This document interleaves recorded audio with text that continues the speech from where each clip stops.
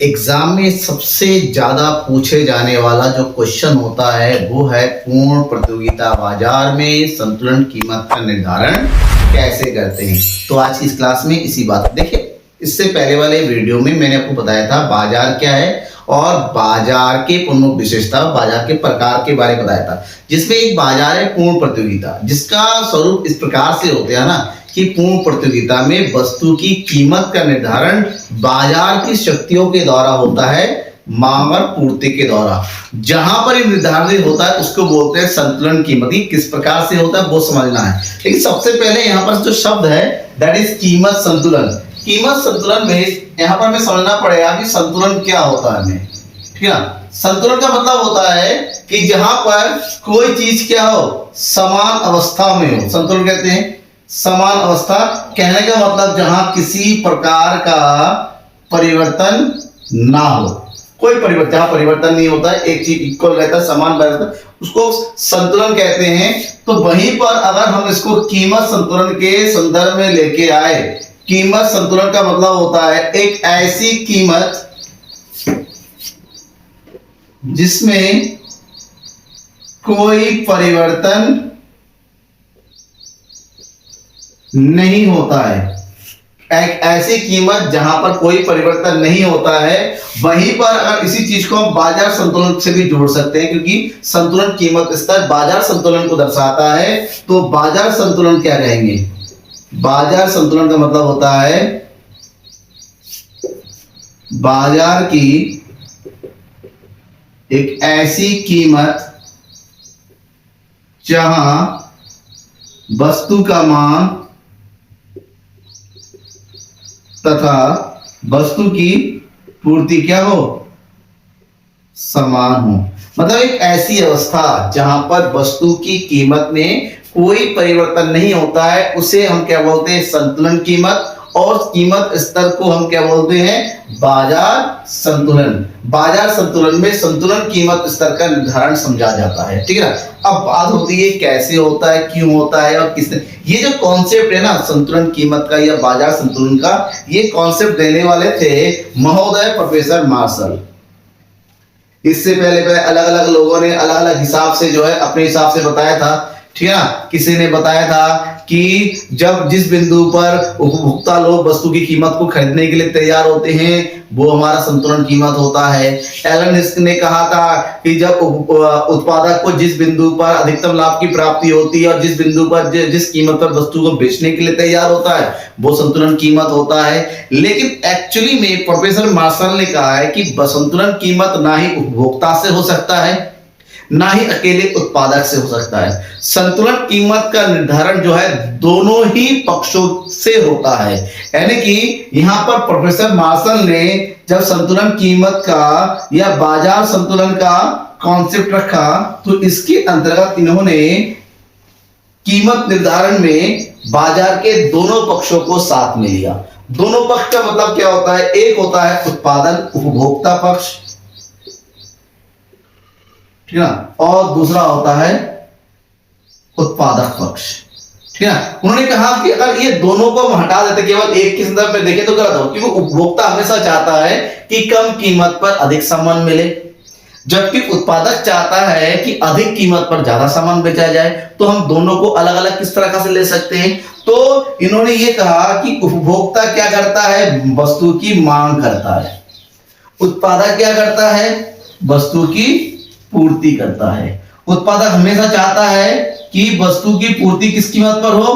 अधिक कीमत पर हो, जबकि उत्पादक चाहता है कि वस्तु की मांग किस कीमत पर हो? कम कीमत पर हो। तो ऐसे में दोनों ही, इसको बोलते सीधी भाषा में बार्गेनिंग, क्या करना?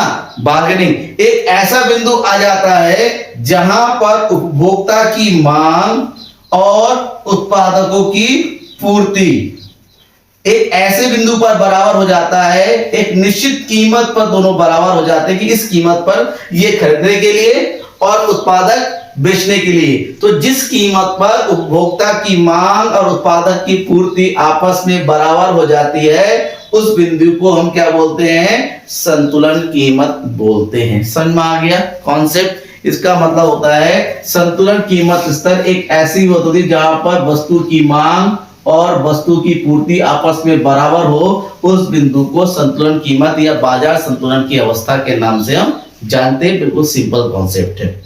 इसके अलावा दो स्थिति और बन जाती है, या फिर दोनों बराबर होंगे, या फिर मांग अधिक होगा पूर्ति कम, या फिर मांग कम होता है और पूर्ति अधिक होता है। ठीक है ना।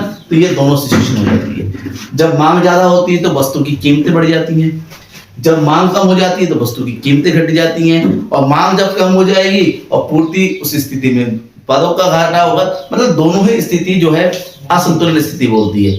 तो असंतुलन से बचने के लिए जरूरी ये है कि हम मांग और पूर्ति को समान स्तर पर लेके चले, वही बाजार संतुलन के नाम से जाना जाता है। अब इसको उदाहरण के साथ समझाते हैं। ठीक है, उदाहरण क्या है, ठीक है ना, कैसे समझेंगे वो देखिए। हम क्या आते हैं यहाँ पर लेते हैं वस्तु की कीमत, वस्तु की मांग की मात्रा और वस्तु की पूर्ति। वस्तु की कीमत देते हैं 2, 4, 6, 8, 10। ठीक है, वस्तु की कीमत बढ़ रही है। जैसे जैसे वस्तु की कीमत बढ़ती चली जाती है, हम सबको पता है कि वस्तु की मांग जो है क्या होती चली जाती है, घटती चली जाती है, और पूर्ति हमारी क्या होती चली जाती है, बढ़ती चली जाती है। लाइक दिस, इस तरह से समझ में आ गया। इसका मतलब ये हुआ कि दोनों स्थिति में एक ऐसी बिंदु जरूर बनती है जहां पर एक निश्चित कीमत पर वस्तु की मांग और वस्तु की पूर्ति आपस में बराबर हो। देखिए यहाँ पर मांग और वस्तु की पूर्ति दोनों ही बराबर है। इसका मतलब होता है वस्तु की मांग यानी कि डी, वस्तु की पूर्ति यानी कि एस, दोनों ही आपस में बराबर है। जबकि इसकी ऊपर वाली सिचुएशन में यहाँ पर मांग ज्यादा है और पूर्ति कम है, और यहाँ पर वस्तु की मांग कम है और पूर्ति ज्यादा है। तो इस चीज को अब हमें क्या करना है ना, इसको डायग्राम में भी रिप्रेजेंट करना। डायग्राम में कैसे रिप्रेजेंट करते हैं वो देखिए। जब हम डायग्राम बनाते हैं तो कैसे करेंगे समझिएगा अच्छे से। मान लीजिए ये है बाजार, ठीक है ना। यहां पर हम दिखाएंगे वस्तु की मांग तथा पूर्ति की मात्रा को, और यहां दिखाएंगे वस्तु की कीमत को। कीमत कितना है, 2 से स्टार्ट है, 2, 4, 6, 8, 10 और ये हो गया 12। जबकि जो मांग है किसमें, 20 के अंतर में है, तो ये हो गया 20, 40, 60, 80 और 100। एक ज्यादा ले लो कोई फर्क नहीं पड़ता, 120। ये है एक्स एक्सिस और ये वाई, ठीक है ना। ये है मूल बिंदु। अब दोनों चीज को बनाए, सबसे पहले हम बनाते हैं मांग। मांग कितना है, 2 से शुरू हो रहा है, 2 पर है 100। वस्तु की कीमत है 2 और ये है 100 यहां पर,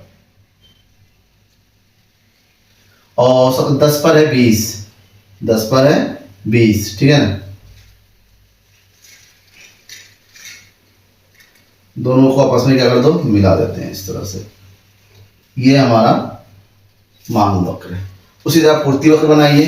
कितना है, 2 पर 20,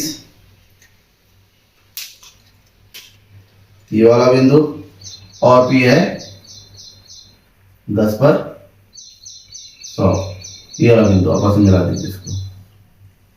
अब ये बिंदु जहां पर दोनों आपस में मिल रहे हैं, देखिए ये वाला बिंदु होगा, ये है इक्विलिब्रियम पॉइंट, ठीक है ना। यहाँ पर है वस्तु की पूर्ति की मात्रा और है वस्तु की कीमत, और इसको बोलते हैं हम संतुलन बिंदु।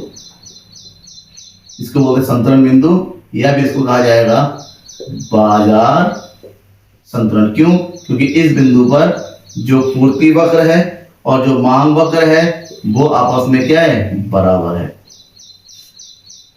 ठीक है ना। तो ये है संतुलन कीमत स्तर का निर्धारण, जहां पर दोनों बिंदुओं को आपस में मिलना। अब एक क्वेश्चन है, क्या संतुलन स्तर में परिवर्तन होता है? बिल्कुल होता है। अगर मान लीजिए अचानक वस्तु की मांग में वृद्धि हो जाती है, पूर्ति अपनी जगह पर है, अचानक क्या होगी, मांग में वृद्धि। मांग मतलब ये वाला है, मांग वृद्धि होगी, मांग आगे बढ़ेगा, पूर्ति में कोई बढ़ेगा। तो देखिए अगर मांग में अचानक वृद्धि हो जाती है तो वस्तु की कीमत में वृद्धि हो जाती है, ठीक है। वहीं पर अगर वस्तु की पूर्ति बढ़ जाए तो ये होगा, वस्तु की पूर्ति के बढ़ने से वस्तु की कीमत कम हो जाती है। तो ये अलग अलग स्तर है जहां पर मांग में पूर्ति में परिवर्तन होने से संतुलन कीमत स्तर में भी परिवर्तन होगा। अगर केवल मांग में वृद्धि होती है तो वस्तु की कीमत बढ़ जाएगी, केवल पूर्ति में वृद्धि हो जाती है तो वस्तु की कीमत घट जाएगी। मांग के कम होने से वस्तु की कीमत घट जाती है और पूर्ति के घट जाने से वस्तु की कीमत बढ़ जाती है। दोनों में ही एक समान परिवर्तन होता है, चाहे वृद्धि हो चाहे कमी हो, तो वस्तु की कीमत में कोई परिवर्तन तब नहीं होगा क्योंकि संतुलन स्तर अपनी जगह पर ही रहेगा। इस चीज को ध्यान में रखना। इसके अलावा इस टॉपिक में आपको कोई डाउट रहता है, देखिए 6 मार्क्स का क्वेश्चन आता है उत्तराखंड बोर्ड में, यूपी बोर्ड में 10 मार्क्स का आता है, बिहार बोर्ड में भी उस हिसाब से लॉन्ग क्वेश्चन में आता है। तो बहुत ही ज्यादा इंपॉर्टेंट क्वेश्चन है। आपको समझ में नहीं आ रहा है, किसी तरह का कोई डाउट है, इसके पीडीएफ चाहिए तो व्हाट्सएप नंबर मेरा लिंक में दिया हुआ है, व्हाट्सएप ग्रुप के साथ जुड़िए, आपको इसका कंप्लीट पीडीएफ मिल जाएगा। और हाँ, फिर से मैं बता दूं बहुत ही जल्दी 21 जुलाई से रात के 8 बजे से लाइव क्लास शुरू हो रही है। तो डेली की लाइव क्लास से जुड़िए और अपने दोस्तों को इसमें बोलिए कि द इकोनॉमिक्स गुरु में लाइव क्लास स्टार्ट है रात के 8 बजे से। इसके लिए आपको कोई भी फीस देने की जरूरत नहीं है। डेली जुड़िए। Thank you and bye.